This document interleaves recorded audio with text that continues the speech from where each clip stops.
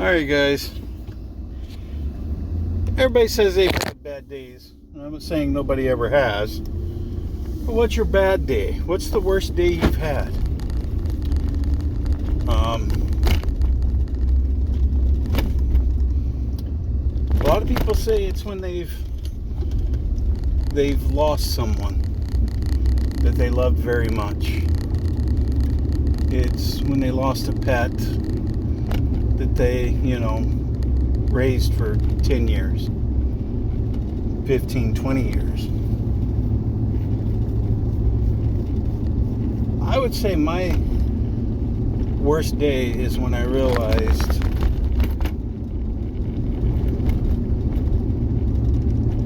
how horrible I was until I found God.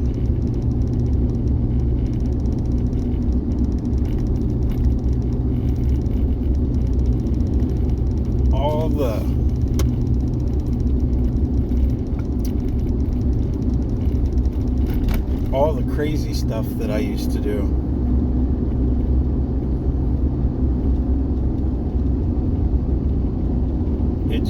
I don't know. I would say that would be the saddest day of my life. When I turned over to God and told Him, I'm sorry for all that I've done. Lord, I repent from all the things I've done. Forgive me and give me the strength to be better. And looking back at all the things I've done,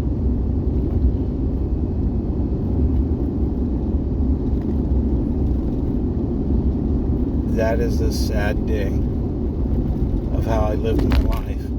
And I could have died during that time frame without giving my life to God.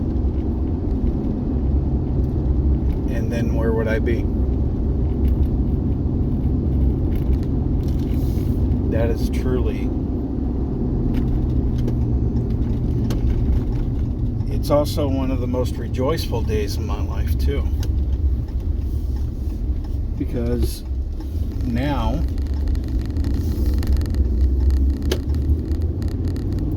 I've given my life to God.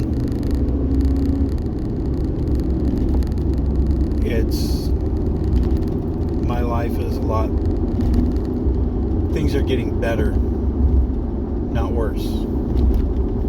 It may seem like it's getting worse, but it's actually getting better.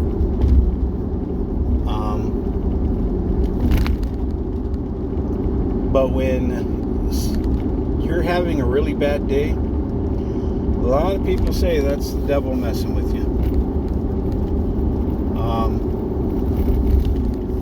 And that may be. But at the same time,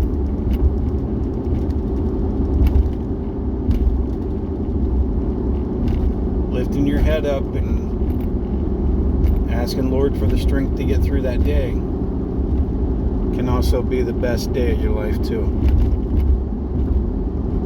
So remember that. No matter how bad it gets, just raise your head. Lord, give me the strength to get through this day. He'll give it to you. And I know my wife is always saying that every 5 minutes that I'm around her. Lord, help me get through this. He is driving me crazy. Yep. So, he's got to help my wife out quite a bit. So, but enough about me.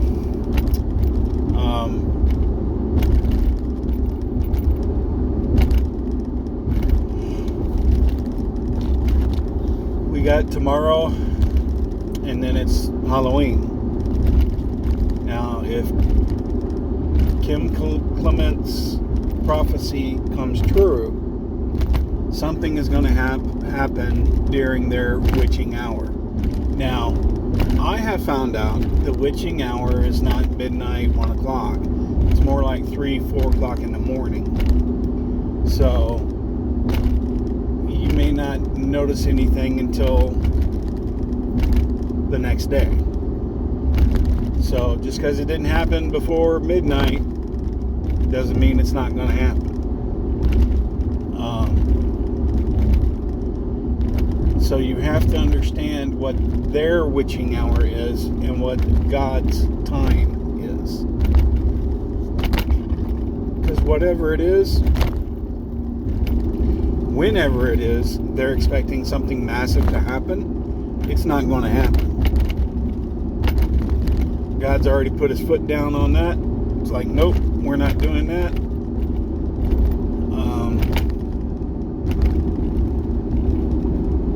It's like putting sprinkles on a donut. You already had your donut. You don't need any sprinkles. We're not doing that. So, all right.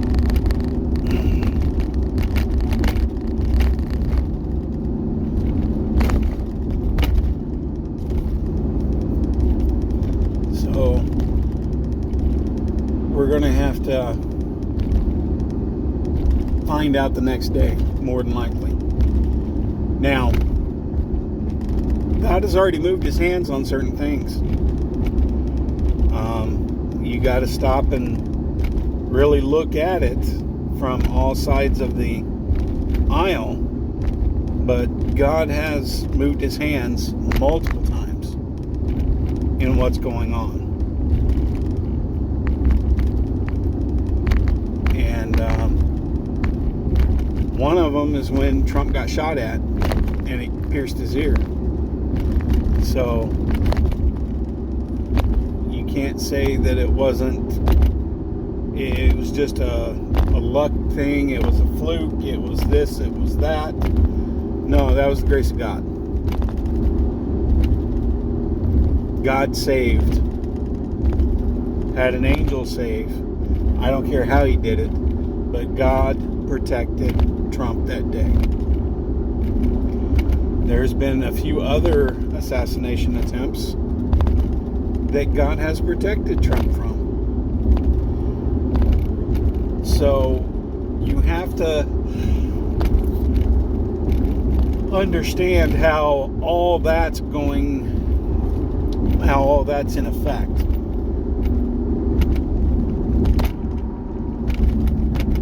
And you've got to understand that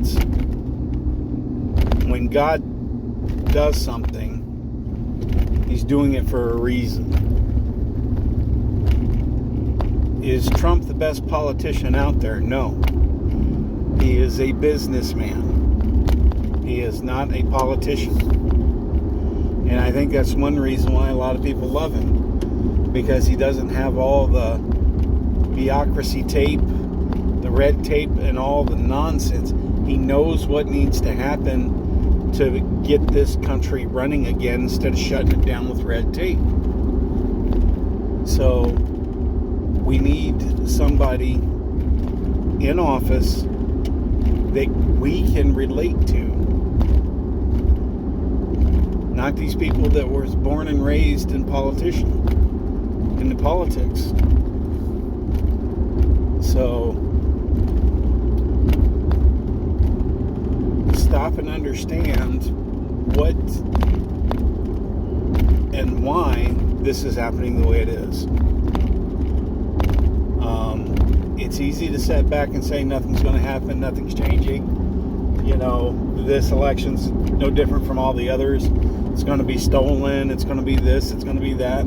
Look, they've already caught people messing with ballots. They've already caught these ballot boxes getting burnt and stuff like this. And this is them tracking things. They're actually going to be able to track who votes and when they vote and all that stuff now. This is not your ordinary elections. This is not what we've been dealing with for the past 60 years. This is not your normal elections. I strongly recommend everybody get out and vote. They're asking people to vote early this year. I think something's going to come up to where that day, November 5th, we won't be able to vote. I think that's why they're asking people to vote early. So if you get a chance, go vote early.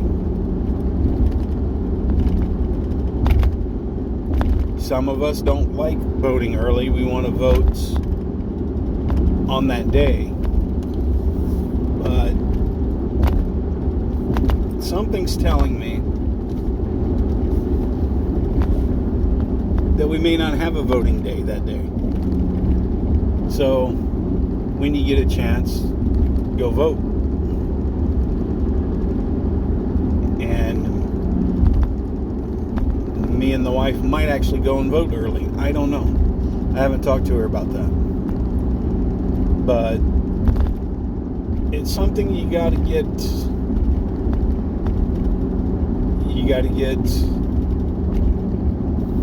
an understanding of and get your bearings down on how you want to do things. I'd rather my voice be heard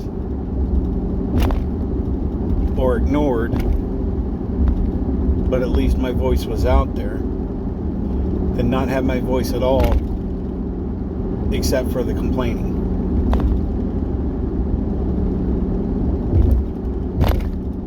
Because at least I tried with my voice.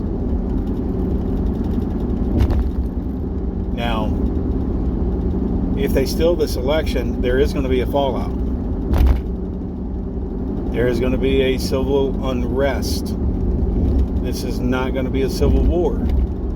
A civil unrest. Because I can almost guarantee you, veterans, all types of people from all walks of life are not going to sit and take it this time.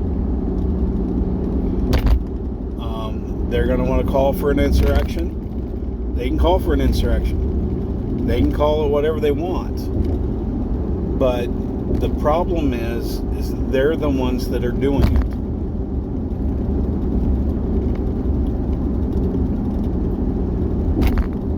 And everybody, except for mainstream media and the Democrats, knows the last two elections for governors, mayors, and the presidency were rigged elections. And I'm saying that on here. I may get a strike for this. I don't care. It was rigged. There's proof coming out from that now. The reason it never went to the courts was because the courts refused to hear it. Even though they've got a ton of evidence, the courts refused to take the case.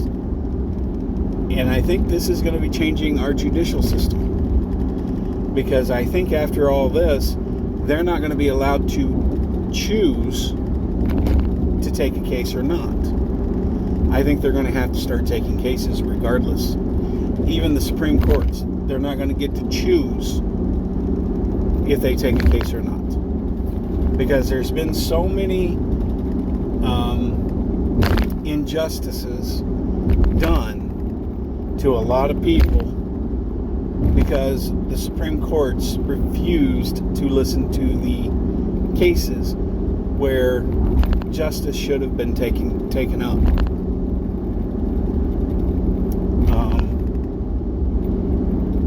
So we have to be patient, for one. Two, we have to have a understanding that God is doing things in His own way to make sure everything works out. God's not going to halfway do something. It's going to be done correctly, and it's going to be done right the first time.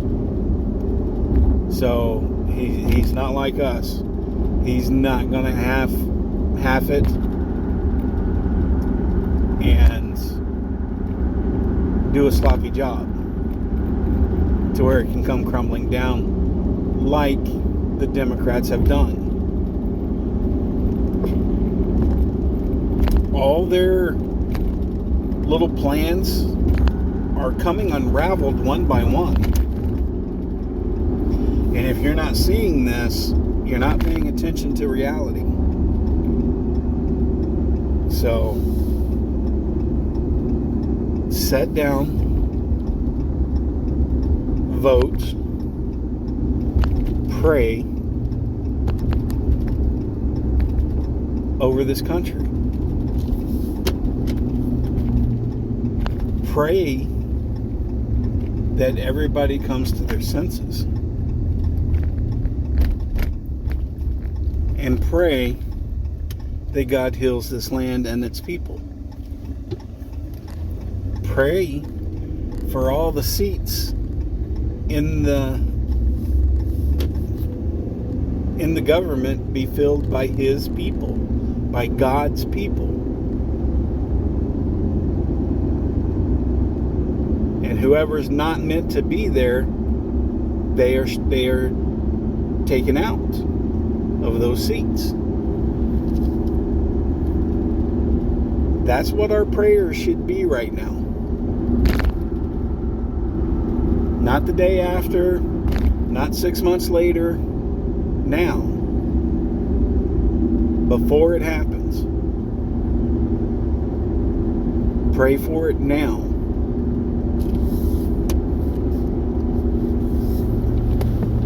Alright?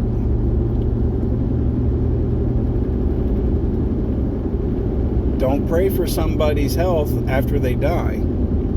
Don't pray for your truck to get fixed after it's burning and it's nothing but ash.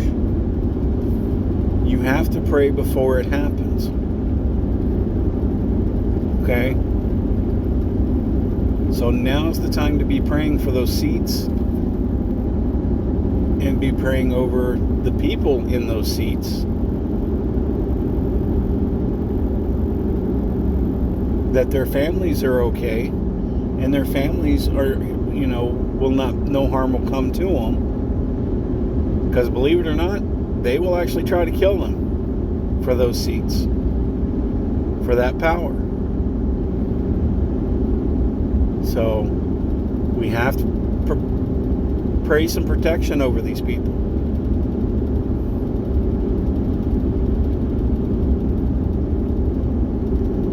So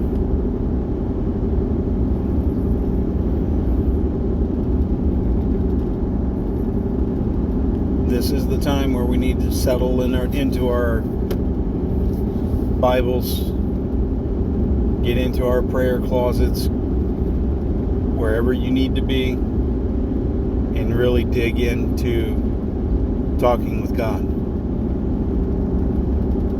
We all need to do this. Even if you're a seasoned pastor or whatever, and you're hearing this, I don't care if you're the Pope. You need to be praying for protection over this country and over this world. Not just the United States, not just Israel. Everybody needs protection. Everybody needs changed.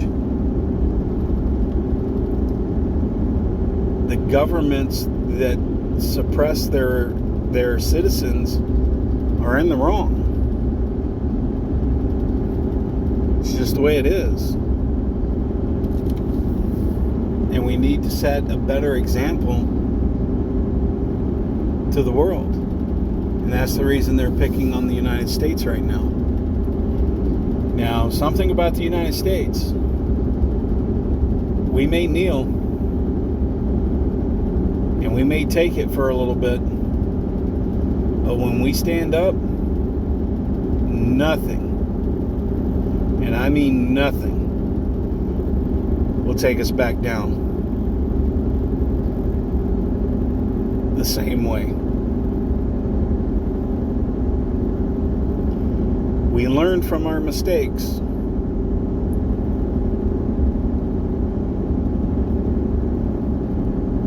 been going on for 3 generations, if not longer. So technically, we've kind of inherited it, but we have to fix it. We may not like it, that we got to fix somebody else's mistakes, but guess what? We're adults. We're the children of God, and that's what our job is.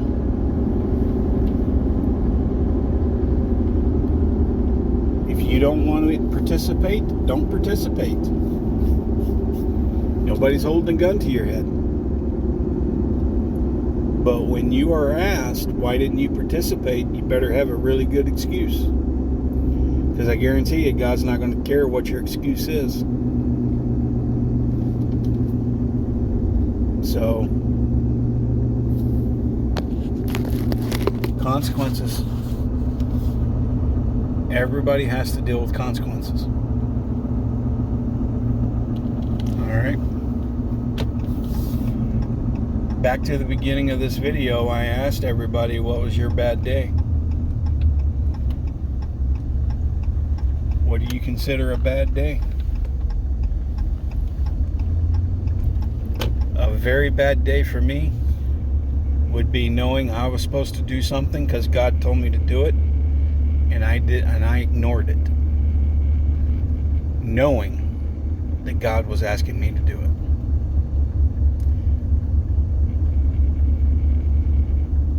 I would say that would be a very bad day.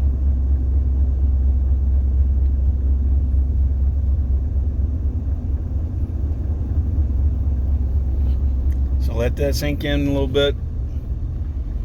You guys have a good night. Be safe. Pray. Remember, God loves you. And I'll talk to you guys next time.